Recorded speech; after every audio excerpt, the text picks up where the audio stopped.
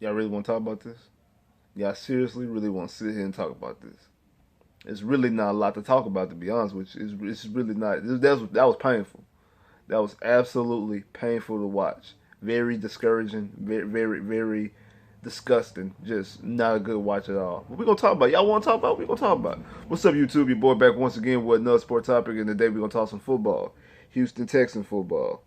Houston Texans fall to the Chicago Bears, 33-7. The very first time in franchise history that the Texans have fallen to the Chicago Bears. If I'm not mistaken, I think they were 5-0 against Chicago. And the first time we have a franchise quarterback. I mean, we didn't beat him with David Carr. We didn't beat him with Matt Schaub. We didn't beat him with even Brock Osweiler. But we have Deshaun Watson, we lose. Let's talk about it. Let's break it down. Like I said, there's not really a lot to talk about. We're going to talk about this. We're going to break it down real quick.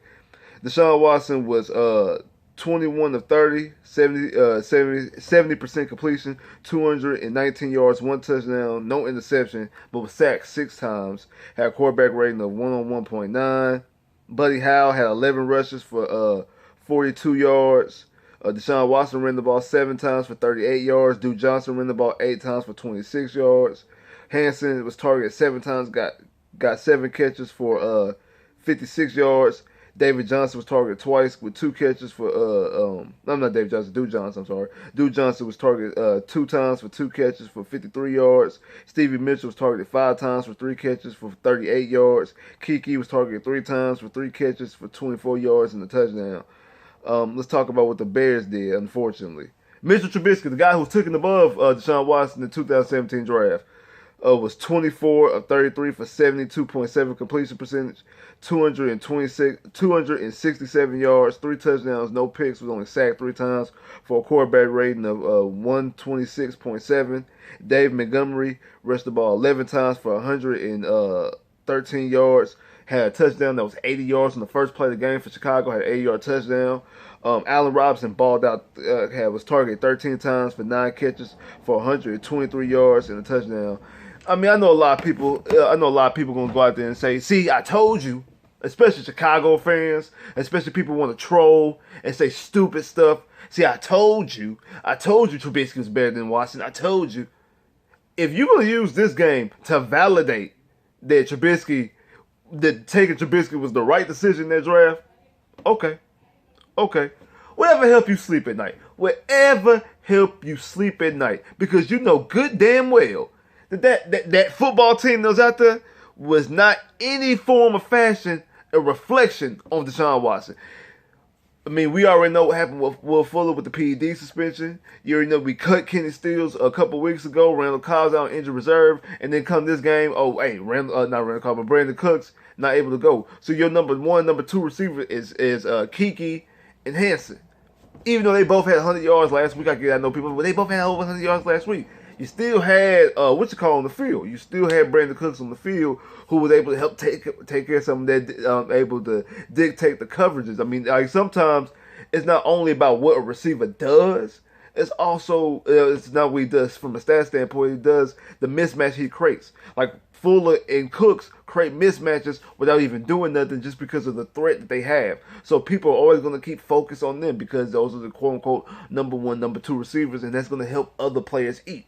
That's the reason why Hanson and Kiki got over 100 yards last week, because the Colts was mostly focused on Brandon Cooks. Remember when Brandon Cooks left the game, when it was a concussion scare, whatever the case may be, when he left the game in the middle of the game to get checked out, that Kiki and them wasn't balling right then. That wasn't. I remember the Texans went scoreless in the second half. Most of that damage was done at the beginning of the game, in the first half, and on that last drive. And in between part, when Cooks wasn't out there on the field anymore, you see the offense didn't play the exact same level. You had more 3-and-outs and things like that. So again, Cooks not being on the field, that automatically bumps Kiki to being the number 1 receiver. So that's who the defense is focusing on, because they know more about Kiki. Kiki has 300-yard games as 300-yard games under his belt. So that's who the defense is going to focus on. Now, I mean, like Stevie Mitchell, we don't know nothing about him. I know Isaiah played. I know I've seen him on the field, but I don't think he got any targets. I'm gonna say, let me look. I don't think he got any targets. I know I seen him on the field, but I don't remember him. Don't remember getting no catches. Yeah, he didn't get any catches or any targets. So, but he was on the field. Like I say, Stephen Mitchell was able to get some targets. So, like that defense dictates when Cooks is out there to get Kiki and them open, to give Kiki them shots, to give Hanson them shots. Those same shots and stuff wasn't there. Not to mention, Deshaun had no time. It was one play early on the game when Deshaun had a clean ass pocket. I mean, Deshaun was just sitting back there just chilling. Like he was sitting back there, like Steve, they say he can call this chick like, "Hey, baby, I'll be home. Make sure, hey, can you cook this for me? Boop, whoopsie, whoopsie, whoop. Hey, I'm doing this right here. Hey, can you watch and detail my car? Boom, boom, boom, and then make a throw.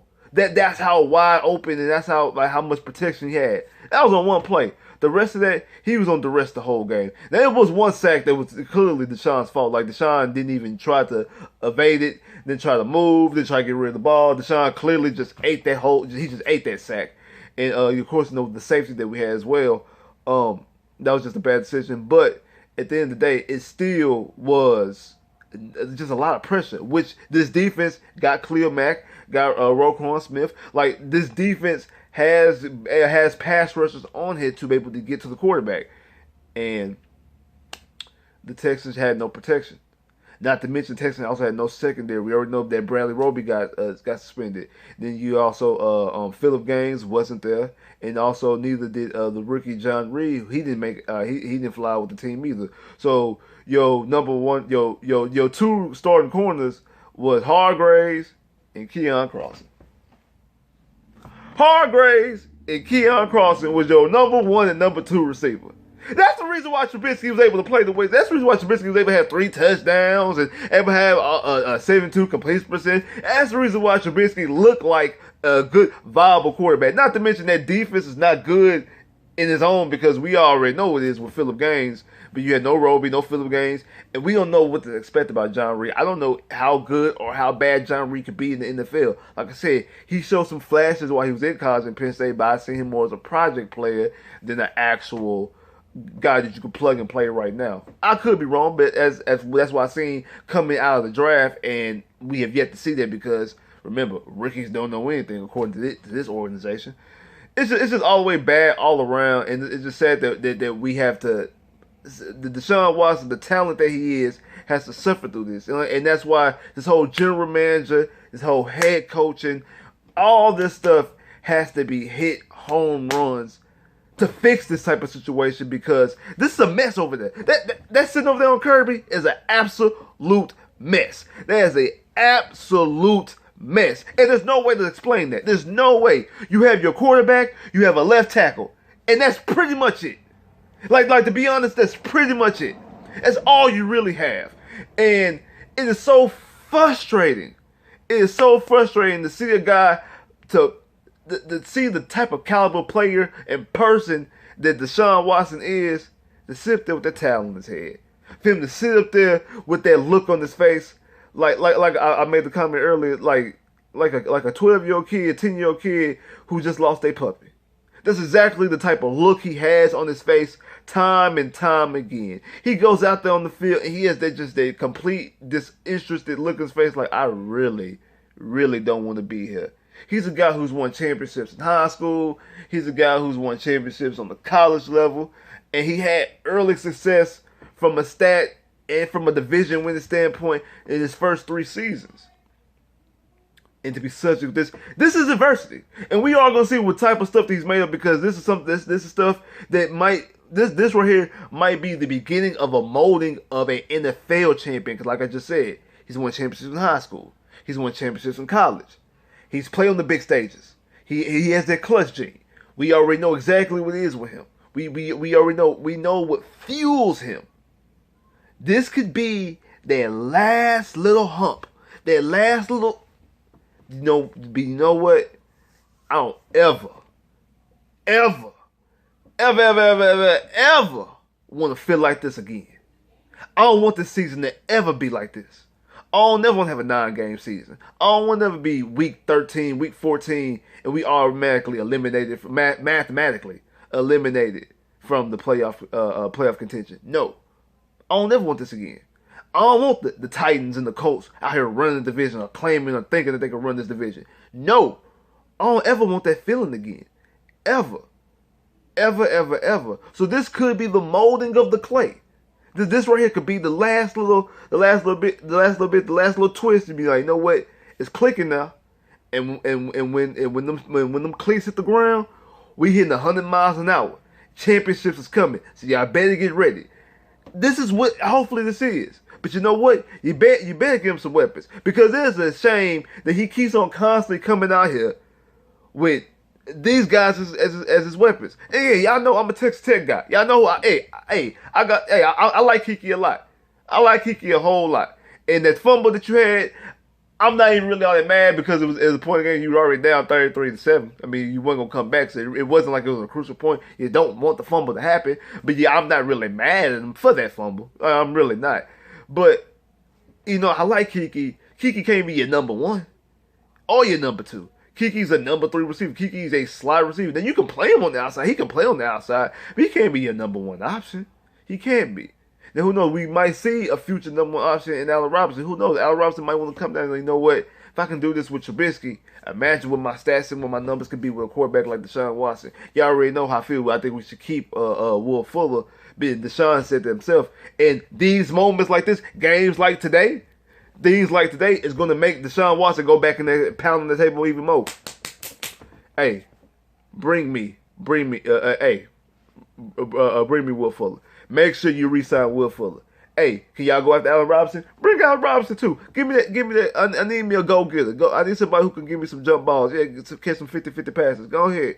Give me him, and we can roll. We can roll. But you got to fix the defense as well. Because you made Trubisky look like he was worthy of being a top 5 quarterback, being a top 5 draft pick. That's how you look right now. That's how you look against your defense today. That's exactly how you look against your defense today. And it's bad. It's all around bad. But really, when you see the injuries and who wasn't going to play, your team wasn't already good anyway. Like you wasn't already in a good situation anyway. You take away Roby, you take away Phillip Gaines. Like think about this. Think about what I just said. What just came out of my mouth. I'm upset that Phillip Gaines couldn't play. That's the moment in time that we in. Welcome to 2020, y'all. Welcome to 2020. I'm in a situation where I'm upset that Phillip Gaines ain't get to play because I need a corner like Phillip Gaines. Just think about that. Take a pause in that for a minute. We are sitting there talking about, man, if we would have Phillip Gaines, man, Phillip Gaines would have played. That's the type of situation we in. You know how bad that is? You know how bad that sounds? Tragic. Absolute tragic. Just absolute, utter tragic. Man. I can't believe that. I really can't believe that. I can't believe that's the situation we in right now. That's the absolute situation we in right now. I'm upset. We ain't had Phillip Gaines. That's comical to me. That's because I had Phillip Gaines. I don't even know what to say about John Reed, but we ain't had John Reed either. Because we had Hargraves and Keon Crossen as your number 1 and number 2 corner. That's just so humiliating. It's so pathetic. And that's what this team is. Pathetic. Absolutely pathetic. I said this a couple weeks ago. There was no way possible that Tim Kelly or Rack or anybody else in this coaching staff was going to remain. And y'all just concrete. So I know it was a little bit of window after the Patriots game, and then after the Lions game. Maybe Tim Kelly can keep his weight and stay onto the staff, or maybe fuck all that. Fuck all that. They all got to go. Everybody got to go. You have to make a clean sweep. You got to make a clean sweep. You have to. You absolutely have to. You have to, because you cannot continue to suffer like this. You cannot continue to let your players, your franchise players, suffer like this. And that's what you're doing. You're putting your franchise at risk every time you step on that field with that type of mess. Every single time. Every single time you step on the field with that mess, that's exactly what you get, and you're putting your franchise in harm's way and in danger every single week. And it's over with. It's over. Stop it right now. Like, share, subscribe if you haven't. Comment below if you haven't. Click that bell, get more videos. I holla.